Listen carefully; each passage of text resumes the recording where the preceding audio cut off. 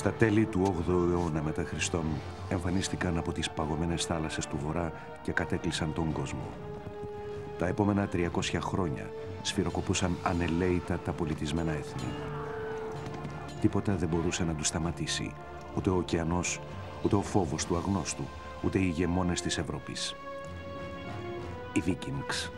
Κάτω από το βαρβαρικό θρύλο υπάρχει μια ακόμη πιο εντυπωσιακή πραγματικότητα. Εξερευνητές, άπικοι και έμποροι, οι Βίκινγκς διασχίζουν τις θάλασσες, αναζητώντας νόμιμο και παράνομο πλούτο. Από τις ακτές της Βορείου Αμερικής μέχρι τις αγορές της Βαγδάτης ανοίγουν διάπλατα τα σύνορα για κοινωνικές, πολιτικές και οικονομικές αλλαγές. Και μετά χάνονται.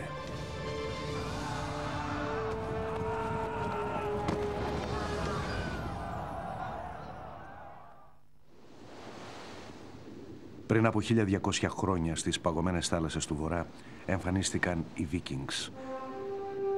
Ξεχύθηκαν σαν άγρια τέρατα πάνω στον ανυποψίαστο κόσμο. Προέρχονται από ένα τόπο με φιόρδ, κακοτράχαλη γη και άγριες αντίπαλες ομάδες που σήμερα ονομάζεται Σκανδιναβία.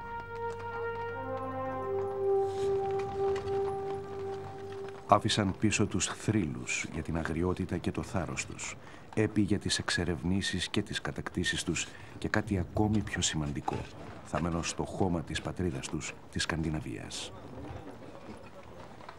Έτος 1880. Νορβηγία.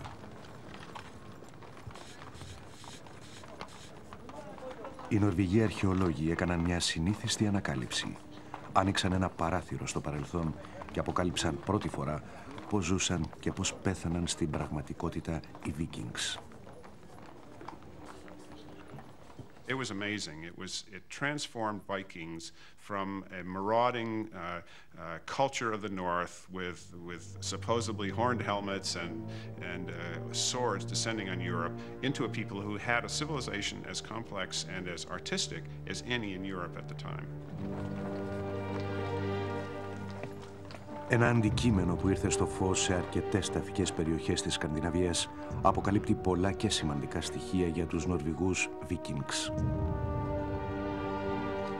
Είναι ένα πλοίο, ένα νεκρικό πλοίο που χρησιμοποιήθηκε για ενταφιασμό και ήταν γεμάτο με αγαθά που θα χρειαζόταν ο ιδιοκτήτης του στο ταξίδι του για τη μετά θάνατον ζωή.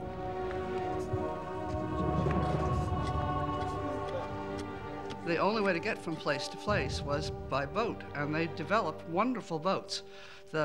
When they first started excavating, they didn't believe that they actually sailed in these wonderful ships. They were wonderfully seaworthy, very handleable, and could, of course, they only drew about 3 inches or something and could go up rivers. One of the wonderful things that the Vikings did oftentimes with their great personages was to bury them in their ships with all the implements, because they felt that they were then going, death brought a journey.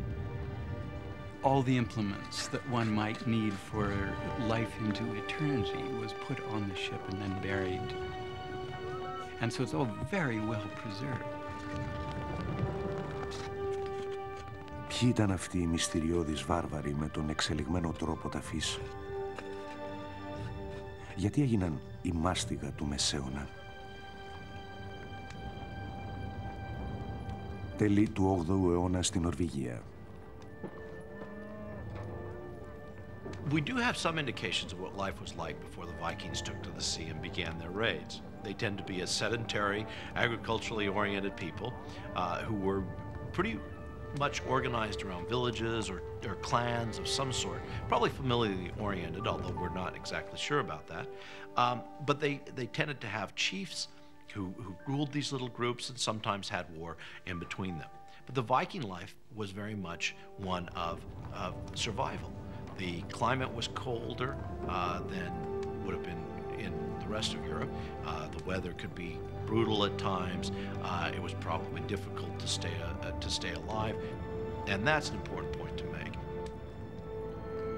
Στην αυγή της εποχής των Βίκινγκς, βασική οικονομική μονάδα της ζωής των Νορβηγών είναι το οικογενειακό κτήμα. Ως γεωργοί και κτηνοτρόφοι καλλιεργούν δημητριακά και λαχανικά στη διάρκεια της σύντομης καλοκαιρίας και ζουν κυρίως από τα ζώα. Η ειρήνη στην περιοχή φτάνει στο τέλος της. Ο αυξανόμενος πληθυσμός των Βίκινγκς αυξάνει και την ανάγκη για περισσότερη εφορηγή. Η ένταση σιγοβράζει. Αναπόφευκτα ανάμεσα στις διάφορες φατρίες ξεσπάει βία, καθώς ο ισχυρότερος επιτίθεται στον ανίσχυρο. Οι επιδρομείς επιτίθενται στους γεωργούς με ξύφη, πελέκης και φοβερή αγριότητα. Σε όλη τη χώρα επικρατεί το χάος και η αγριότητα. Basically, a king was a man who had a big farm, and he had his bonders, his farmers, and his slaves. And whenever he felt like going and attacking somebody else, he just got all his guys together and went off and attacked them. The Vikings would run into the village, grab everything they could, take off again. It's not terribly sophisticated, but very effective.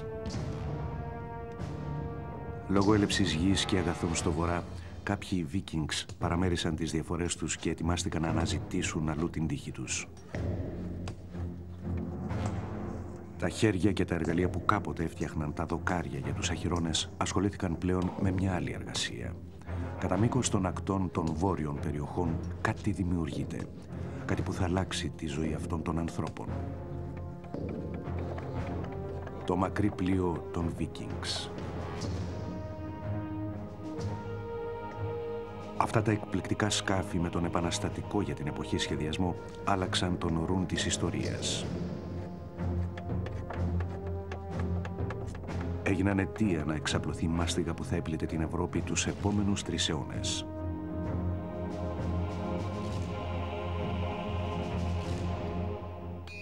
Τα πλοία των Βίκινγκς προέκυψαν από την πείρα αιώνων στην ναυπηγική και στην ναυσιπλοεία.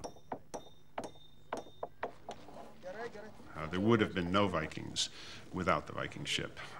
And it is that evolution of that technology that allowed them to make such a mark on history. In time, they learned to make boats that were seaworthy enough to travel the North Atlantic. This was really what gave the Vikings their long reach. You could put one of these boats together in maybe a month or 6 weeks. And the design was always exactly the same. And they would make the boat either as broad as they needed for calm waters or as deep as they needed it for open oceans. And if they wanted a boat to go up the rivers of Russia or in Europe, a raiding boat that might go into the heart of the continent, they could make the same style, the same construction technique, but just a small version. They were light enough to be carried over portages, they could be dragged up rivers, and they could be sailed. And that was one of the important features because the boats were swift, like lightning, and there wasn't anything that could catch them. It's no longer a coastal vessel like many of the Mediterranean ones were. They would make the jump from Norway to Scotland, and from the Faroe Islands to Iceland, and from Iceland to Greenland, over open waters that were far too dangerous for coastal vessels ever to take on.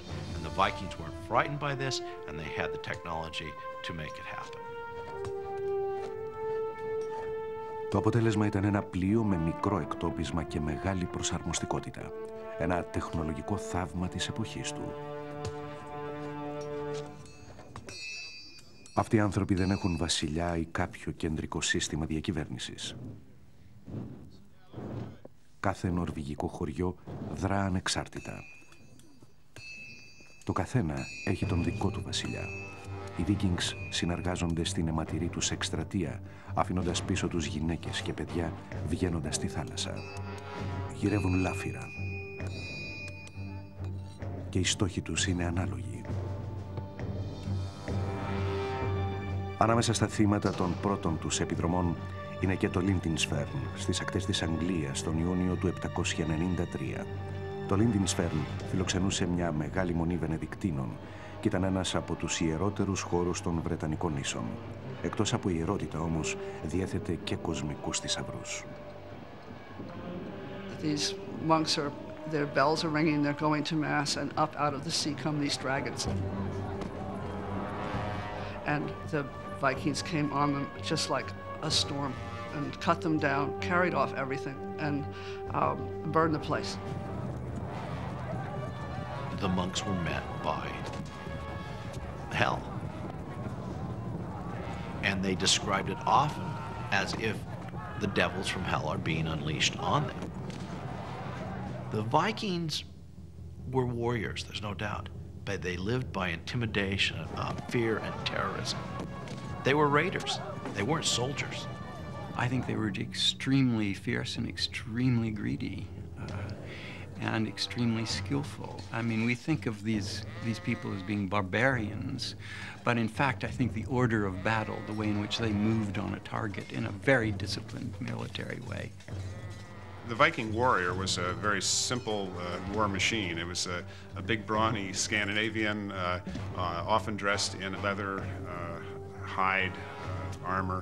Each person was equipped with very simple tools, a knife, a sword, and a battle axe.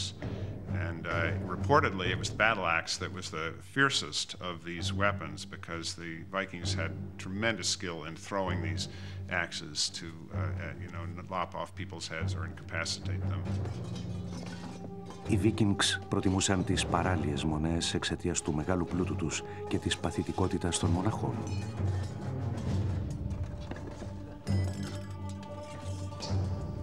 Το αγγλοσαξονικό χρονικό που άρχισε να γράφεται στα τέλη του 9ου αιώνα είναι η βασική πηγή της αγγλικής ιστορίας από τον 5ο μέχρι και τον 11ο αιώνα. Καταγράφει τον δρόμο που προκάλεσαν οι εισβολείς Βίκινγκς. Γράφει: οι επιδρομές των άθεων ανθρώπων κατέστρεψαν την εκκλησία του Θεού στο Λίντινσφέρν, λαιλατώντας και σφαγιάζοντας. Η ιστορία καταγράφει τη βλάσφημη επίθεση εναντίον της Μονής και των θησαυρών της το 793 μετά Χριστόν ως ορόσημο. Ήταν η πρώτη σημαντική επιδρομή των Βίκινγκς. Όμως το Λίντινσφέρν και οι υπόλοιπες ευάλωτες μονές στα βρετανικά παράλια ήταν μόνο η αρχή. Ενώ ο 8ος αιώνας φεύγει, οι Βίκινγκς στοχεύουν σε ακόμη μεγαλύτερα έπαθλα. Οι μεγάλες ευρωπαϊκές πόλεις πρόκειται σύντομα να νιώσουν τη δύναμη και την οργή των βορείων και την κοφτερή λάμα των όπλων τους.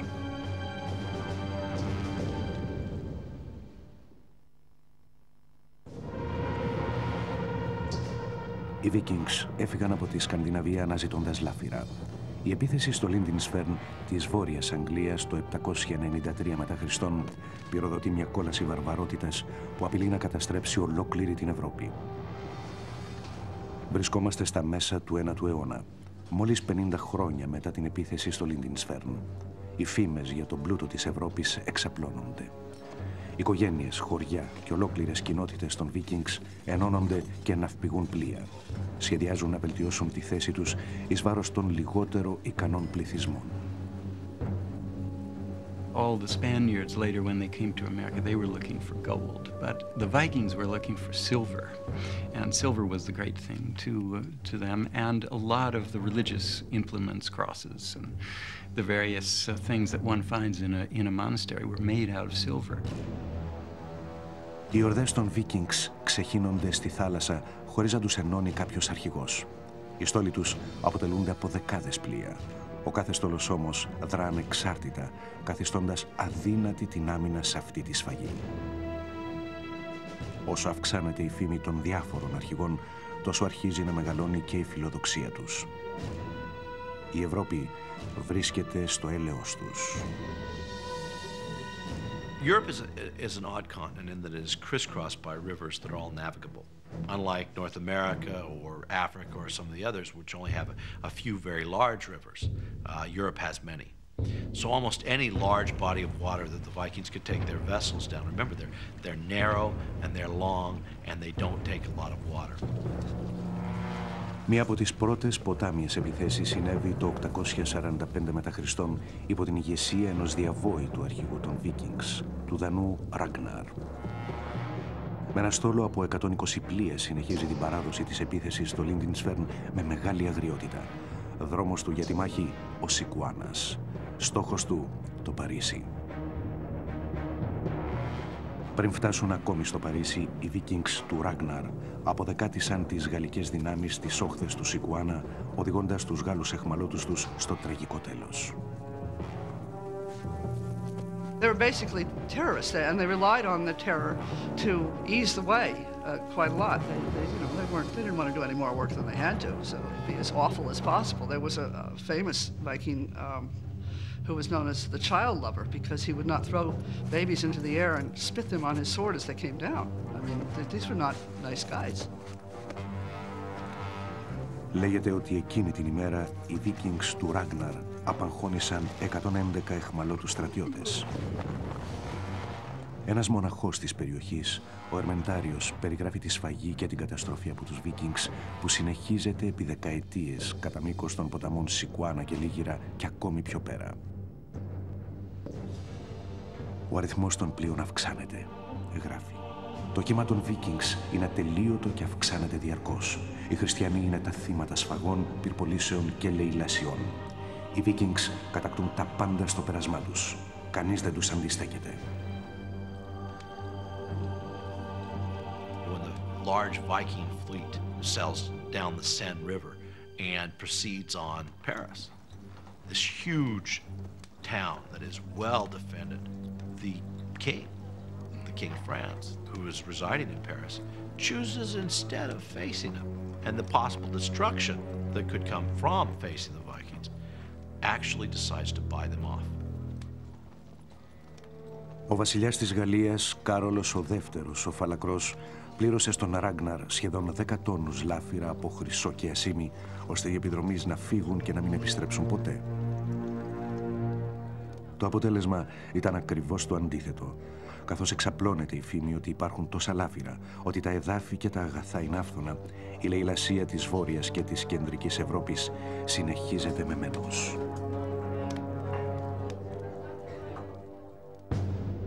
Μεταξύ 790 και 1100 μετά Χριστόν, οι Βίκινγκς ακολουθούν κάθε κεντρική ποτάμια αρτηρία στην καρδιά της Ευρωπαϊκής Υπήρου. Τους Βίκινγκς τους περιμένει ένας νέος κόσμος. Οι Νορβηγοί έγραψαν ίσως την πιο εντυπωσιακή σελίδα στην ιστορία των Βίκινγκς. Ατρόμητοι εξερευνητές απίκησαν την Ισλανδία, τη Γρυλανδία και ακόμη πιο πέρα. Ο απικισμός της Γρυλανδίας σχετίζεται με δύο θρυλικούς Νορβηγούς Βίκινγκς, τον Ερίκο τον Ερυθρό και το γιο του Λιφ Έριξον. Στα τέλη του 10ου αιώνα, ο Ερίκος ηγήθηκε μιας αποστολής εδώ και έγινε ο πρώτος που απίκησε τον ανελαίητο αυτό τόπο.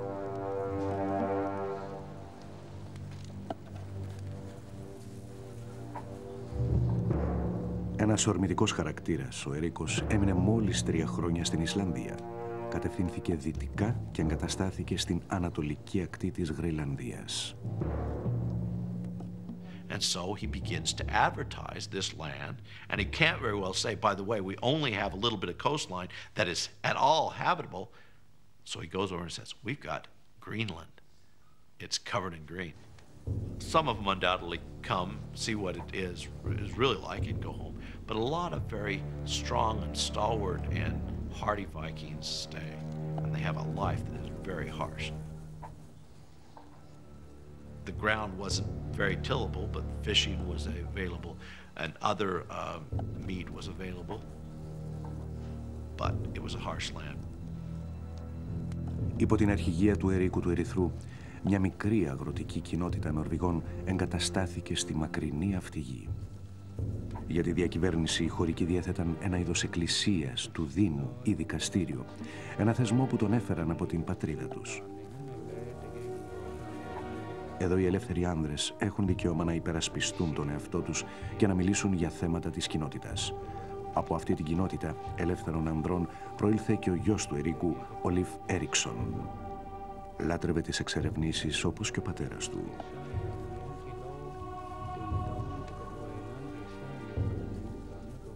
Το έτος 1000 άνοιξε πανιά. Leif Erikson follows a rumor. Another Viking before him has left an account that he was traveling to the west to go to the other colony in Greenland and gets blown off course.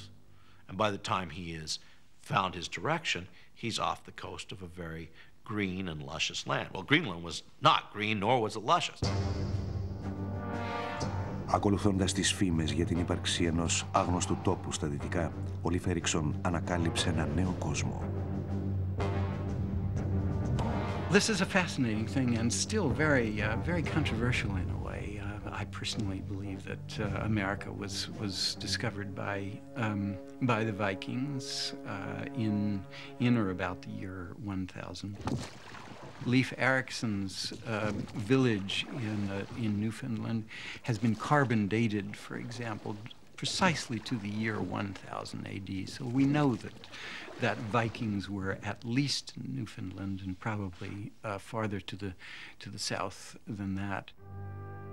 Οι προσπάθειες των ανθρώπων να κατοικήσουν στη Γροιλανδία απέτυχαν. Υπολογίζεται ότι ο οικισμός της Νέας Γης άντεξε μόλις 10 χρόνια.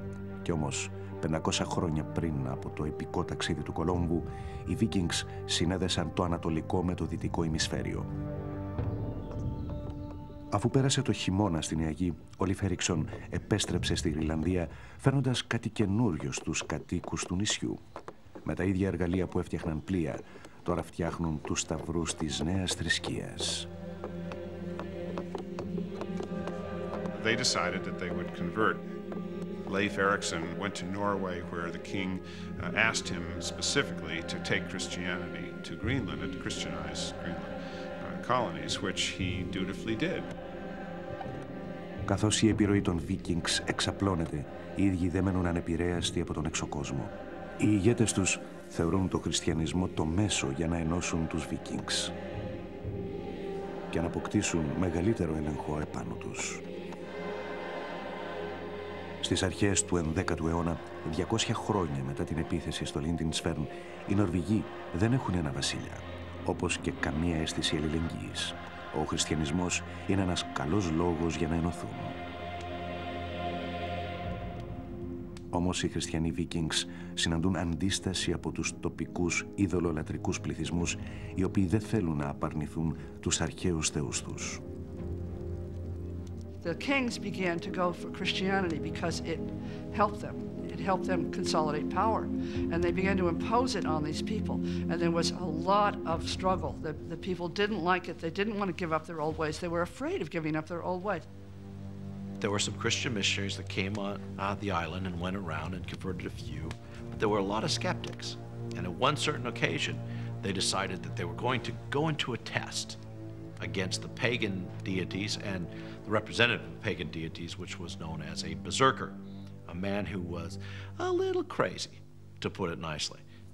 And so these Christian missionaries challenged him. Said, we'll build a fire, and you pagans build a fire.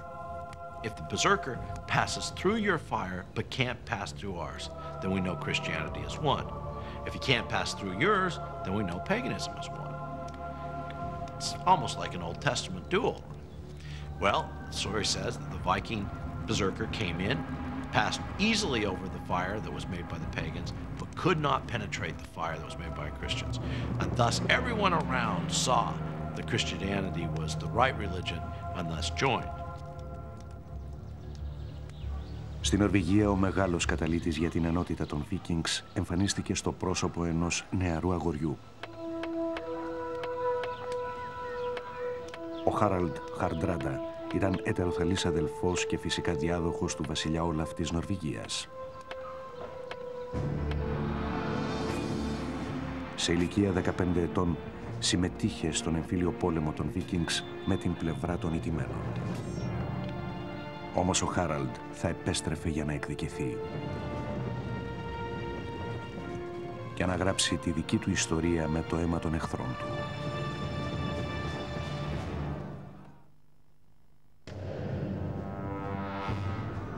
Οι Βίκινγκς εξαπλώθηκαν σαν θανάσιμη επιδημία σε όλη την Ευρώπη.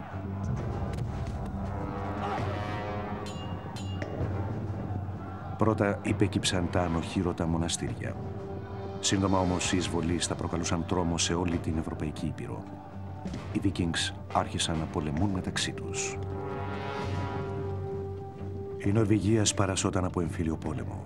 Το έτος 1030, δυνάμεις πιστές των αρχηγό των Δανών Κνούτ τον Μέγα πολέμησαν με τον Νορβηγό βασιλιά Όλαφ στη μάχη του Στίκλσταντ.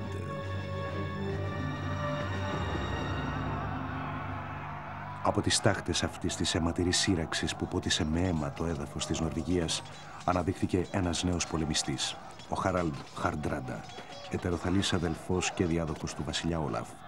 Στα μέσα του 11ου αιώνα, ο Χάραλντ ανδρώθηκε και απέκτησε τη φιλοδοξία να ηγηθεί και να ενώσει την Νορβηγία. Αλλά για να το επιτύχει αυτό, χρειαζόταν δύναμη. Harold was an interesting character. He begins his Viking regime, if you will, when he's a young man. At 16, he's wounded in a battle that will eventually take his royal brother's life, and he is forced to flee. Ο Χάραλντ Χαρντράντα εξορίστηκε στο μακρινό βορρά. Πήγε πρώτα στη Σουηδία και κατέληξε τελικά στο Κίεβο, μια ευημερούσα εμπορική πόλη στη σημερινή Ουκρανία. Το 1031 ακολούθησε το δρόμο των Σουηδών Βίκινγκς που ίδρυσαν τα εμπορικά κέντρα στη διάρκεια των 2 προηγούμενων αιώνων για να έχουν πρόσβαση στα αγαθά της Ανατολής. Οι Σουηδοί ήρθαν αρχικά ως άγριοι εισβολείς, αλλά έμειναν και ασχολήθηκαν με το εμπόριο. Χάρη στο εμπόριο, το Κίεβο έφερε σε επαφή τους Βίκινγκς με τον κόσμο της Ανατολής, κάτι που δεν διέφυγε από τον Χάραλντ. When they find coin hoards of this period, the coins are from all over the world, and they found like little statues of Buddha in the ruins of Hedeby, and these were the connections of these people. They're far more important because of this than because of the Mash'em Smash'em stuff. Σε αυτό το σταυροδρόμι πολιτισμών και εμπορίου, ο Χάραλντ συνειδητοποίησε ότι χωρίς μια αγορά για τα λάφυρά του, η δύναμή του θα ήταν περιορισμένη.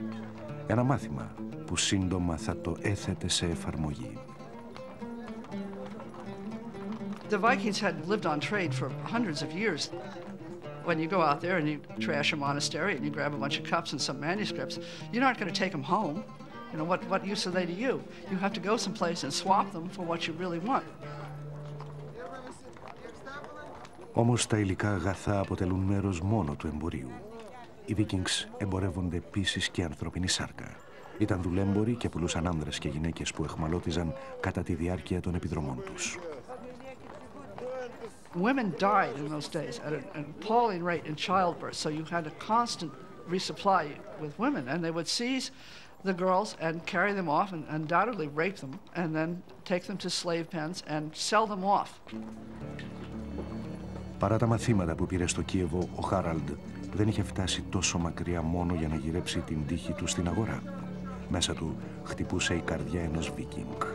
Έπρεπε να μάθει την τέχνη του πολέμου και ό,τι άλλο χρειαζόταν για να γίνει κάποτε βασιλιάς. Μέχρι το 1038 ο Χάραλντ είχε αποκτήσει αυτοπεποίθηση και επιθυμία για λάφυρα. Είχε πλέον στη διάθεσή του μια επίλεκτη δύναμη μισθοφόρων Βίκινγκς. Έδινε μάχες για ξένους ηγεμόνες σε όλη την Ανατολή, συγκεντρώνοντας πλούτο και δύναμη, καθώς ετοιμαζόταν να επιστρέψει στην Νορβηγία και να πάρει το θρόνο. Ο Χάραλντ απέδειξε πόσο πολυμήχανος ήταν στη Σικελία. Harold's generalship is characterized not necessarily by great courage, but by great slyness. And this is a major Viking virtue, is rather than go and just bash people over the head, if you can be sneaky, you know, they prefer that. One of his tactics was they came to a city and they besieged the city, and he had his men capture the little birds that were flying in and out of the city. And with pitch and string, they attached little burning twigs to the backs of the birds and let them go. The birds flew back into the city to their nests in the thatch, and immediately started the city on fire, so they took the city. Στο έπος του βασιλιά Χάραλντ, ο Ισλανδός ιστορικός του 13ου αιώνα Σνόρι Στέρλουσον γράφει για την αποτελεσματικότητα του σχεδίου στην κατάκτηση της Σικελίας. Και τότε όλοι οι κάτοικοι βγήκαν από την πόλη εκλιπαρώντας τον να δείξει έλεος. Οι ίδιοι ακριβώς άνθρωποι που επί μέρες εκτόξευαν προσβολές εναντίον των στρατιωτών και του αρχηγού τους. Ο Χάραλντ χάρισε τη ζωή σε όσους ζήτησαν έλεος και κατέλαβε την πόλη. Ύστερα από σχεδόν 15 χρόνια ο Χάραλντ απέκτησε τη φήμη και τον πλούτο που χρειαζόταν για να μπορέσει να έχει απαιτήσει στην κατακερματισμένη πατρική του γη.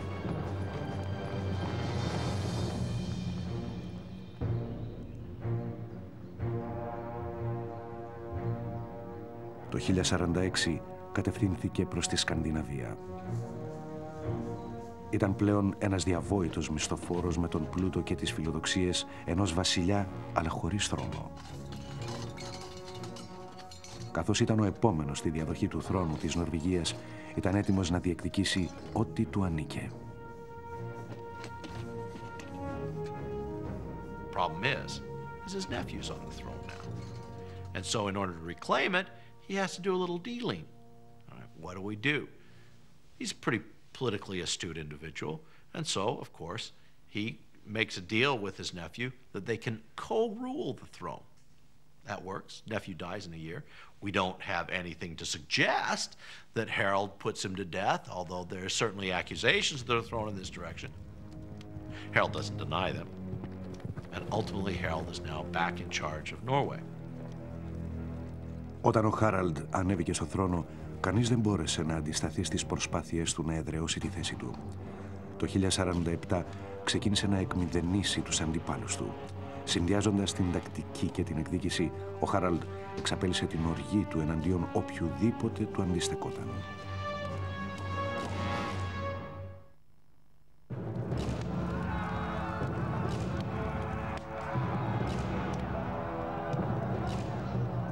Το 1047 μετά Χριστόν, ύστερα από χρόνια αγώνων, ο Χάραλντ Χαρντράντα έγινε βασιλιάς της Νορβηγίας και κυβέρνησε τους Βίκινγκς με πυγμή. Οι άνδρες του Χάραλντ είναι ανελαίητοι. Ισοπεδώνουν τα κτήματα και τα χωριά όσων αντιστέκονται. Το μήνυμα είναι απλό. Υποκύψτε, αλλιώς θα πεθάνετε. Σε όλη τη χώρα οι εχθροί του Χάραλντ πληρώνουν ακριβά την ανυπακοή τους στο βασιλιά.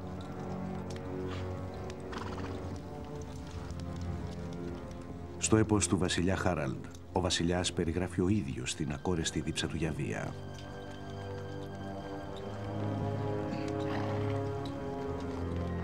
Σκοτώνω χωρίς δισταγμό και θυμάμαι όλους όσους σκοτώνω. Η προδοσία πρέπει να πατάσετε με τίμιο ή άτιμο τρόπο πριν με ανατρέψει. Οι βελανιδιές της Επανάστασης φυτρώνουν από τα βελανίδια της προδοσίας.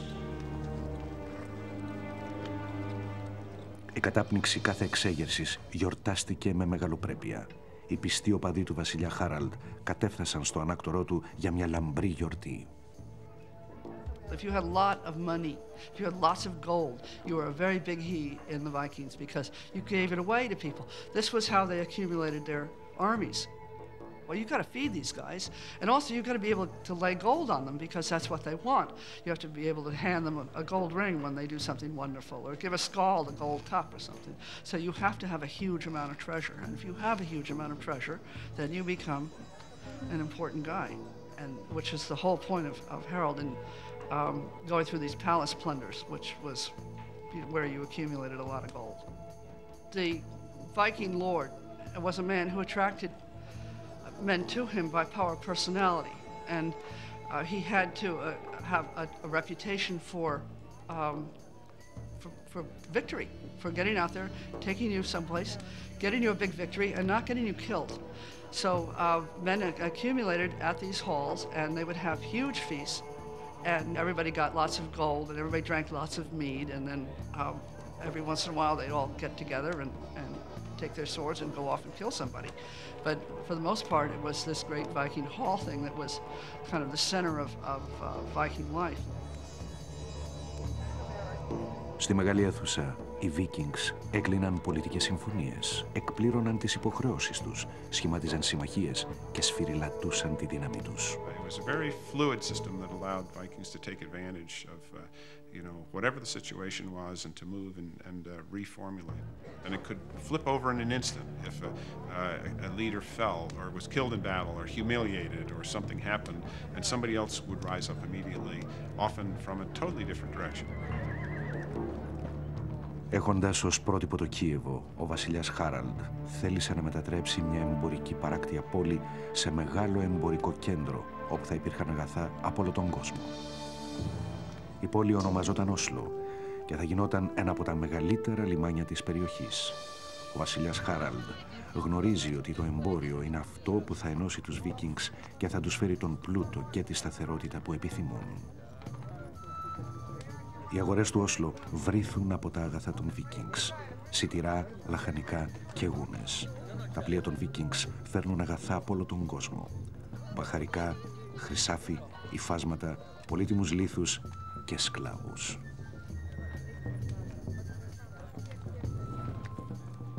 Κεραμικά και γυαλί από τη Γερμανία, ασημένια κοσμήματα από τη Γαλλία και νομίσματα από τις αραβικές χώρες. Το Όσλο μεγαλώνει και ακμάζει και οι Βίκινγκς εξελίσσονται σε ικανούς εμπόρους. Η καθημερινή ζωή αυτής της κοινότητας αποκαλύπτεται από τα αγαθά που ενταφιάζονται μαζί τους. Χρυσά σκαλιστά όπλα, κοσμήματα και συνηθισμένα ξύλινα αντικείμενα των Βίκινγκς. Όμως η ανάπτυξη ενός μεγάλου εμπορικού κέντρου απλώς άνοιξε την όρεξη του Χάραλντ για περισσότερο πλούτο και έλεγχο. Harold decides a bigger target is in order, and that target is England. And he gets on a boat, number of boats, of course. He's joined by the rebellious brother of the King of England, and off Harold Harthrothi goes.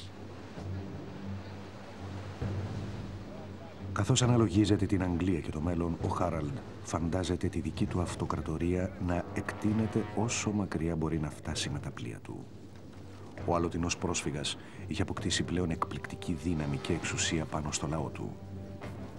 Είχε ήδη κατακτήσει τους πιο σκληρούς από τους εσωτερικούς αντιπάλους του.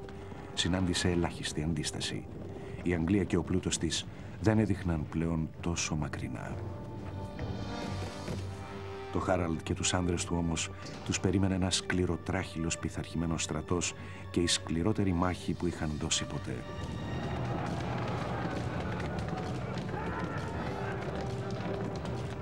Μια μάχη που θα απειλούσε να καταστρέψει ό,τι είχε κατορθώσει μέχρι τότε.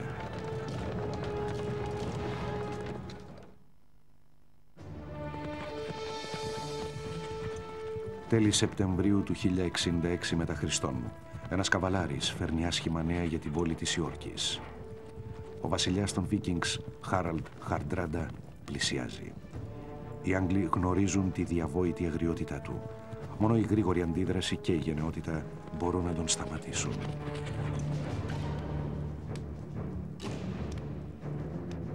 Ο Χάραλντ ξεκίνησε την κατάκτησή του από την ακτή. Αφού κέρδισε μια σειρά γρήγορων και βίων συμπλοκών, η νίκη έμοιαζε σχεδόν εξασφαλισμένη.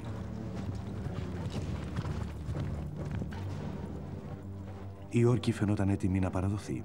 Ο Χάραλντ με ένα μέρος του στρατεύματος βάδισαν προς τη γέφυρα του Στάμφορντ, 11 χιλιόμετρα έξω από την πόλη. Περίμενε να έρθουν να τον υποδεχτούν οι άρχοντες της πόλης προσφέροντας του ομήρους. Ο Χάραλντ ήταν πεπισμένος ότι η Βόρεια Αγγλία ήταν ήδη δική του, ώστε είχε μαζί του μόνο το μισό στράτευμα, χωρίς καν τις πανοπλίες τους. Αλλά οι Άγγλοι δεν ήταν εύκολος αντίπαλος. Ο βασιλιάς τους, Χάρολντ ο δεύτερος, σπέβδει με το στρατό του διασχίζοντας το δάσος, ώστε να ευνηδιάσει τους Βίκινγκς. Οι οπλίτες φορούν θώρακες και οι τοξότες είναι πολύ καλά οπλισμένοι. Είναι αποφασισμένοι να σταματήσουν την εισβολή των Βίκινγκς και να σώσουν την πόλη τους.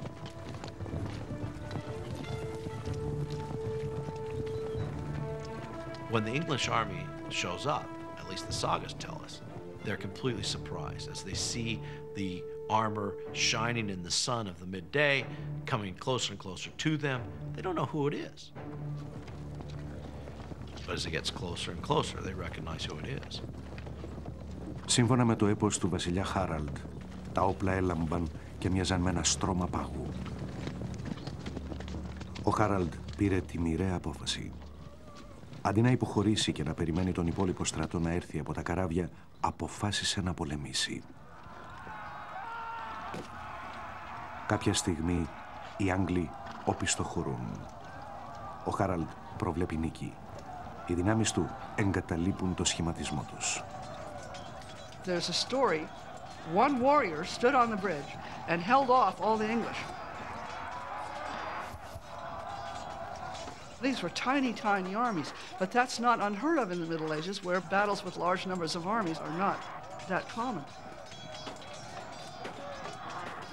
Σύμφωνα με το έπος του βασιλιά Χάραλντ, προτρέπει τους άνδρες του με τα ακόλουθα λόγια. Να κρατάτε πάντα το κεφάλι σας ψηλά στη μάχη, όταν τα σπαθιά αποκεφαλίζουν τους καταδικασμένους πολεμιστές. The guy on the bridge held them off, but then once he was jabbed, they were able to get to Harold. Όταν ελευθερώθηκε η γέφυρα, οι Άγγλοι επιτέθηκαν στους ελαφριά οπλισμένους Βίκινγκς και κυριολεκτικά τους θέρισαν. Η μάχη ήταν άγρια. Οι Βίκινγκς πολέμησαν με θάρρος και πολεμική δυνότητα με ένα στρατό που πολεμούσε για να υπερασπιστεί την πατρίδα του. Οι Βίκινγκς έπεσαν ο ένας μετά τον άλλον, ποτίζοντας με το αίμα τους το αγγλικό έδαφος. Τα έπι των Βίκινγκς περιγράφουν τη μάχη. Η καρδιά του πολεμόχαρου ηγέτη δεν δίστασε ούτε στιγμή. Ο δυνατός βασιλιάς επέδειξε μεγάλο θάρρος στη λέλαπα της μάχης. Το ματωμένο ξύφος του έσπηρε στον εχθρό το θάνατο. Μες στη βουή της μάχης, ένα βέλος οδηγημένο ίσως από τη μοίρα καρφώθηκε στο λαιμό του Χάραλντ Χαρντράντα. Οι ενισχύσεις έφτασαν το απόγευμα, αλλά ήταν πλέον αργά. Λιγότεροι σε αριθμό και χωρίς σωστούς ελιγμούς, οι Βίκινγκς βρήκαν τον όλεθρο. Όταν έπεσε η νύχτα, η ήττα των Βίκινγκς ήταν πλέον γεγονός. Ο Χάραλντ Χαρντράντα έφτασε στην Αγγλία το Σεπτέμβριο του 1066 με χιλιάδες στρατιώτες και με υπέρμετρη φιλοδοξία, αλλά γνώρισε την καταστροφή. Harold Harthrothi had 270 ships to bring over his army from Norway and only 30 returned.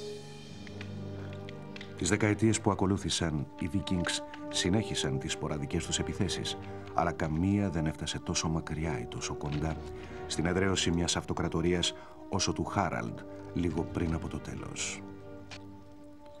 Λίγες εβδομάδες αργότερα θα άρχιζε μια νέα περίοδος της ευρωπαϊκής ιστορίας. Όταν πέθανε ο Χάραλντ το 1066, η επιρροή των Βίκινγκς είχε βαθιές ρίζες στον παγκόσμιο πολιτισμό, το εμπόριο και την ιστορία. Οι Βίκινγκς είχαν σπείρει το σπόρο της καταστροφής τους. Η ενσωμάτωση, δηλαδή η αφομοίωσή τους από τις χώρες που κατέκτησαν και η ενωτική δύναμη του χριστιανισμού σήμανε το τέλος τους, όπως οποιαδήποτε χαμένη μάχη. Essentially, Europe's history changes. Russia is now Russia, land of the Vikings. The Rus were Vikings. Normandy is now land of the Normans. The Normans were Vikings. Ultimately, the Normans would conquer England. And so their legacy is extensive in the history of Europe. Πολεμιστές, άπικοι, εξερευνητές και έμποροι, οι Βίκινγκς υπήρξαν η αιτία τεράστιων πολιτικών και κοινωνικών αλλαγών. Προώθησαν την παγκόσμια οικονομική ανάπτυξη, την οχύρωση της Ευρώπης, την καλλιέργεια εθνικών συνειδήσεων, την πρόοδο της ναυπηγικής, της ναυσιπλοείας και πολλά άλλα. Οι άγριες επιδρομές τους χάρισαν στους Βίκινγκς τη φήμη βαρβάρων. Όμως στην αναζήτηση ευκαιριών, πλούτου και δύναμης, οι Βίκινγκς δεν κατέστρεψαν το δυτικό πολιτισμό. Τον εμπλούτησαν για πάντα.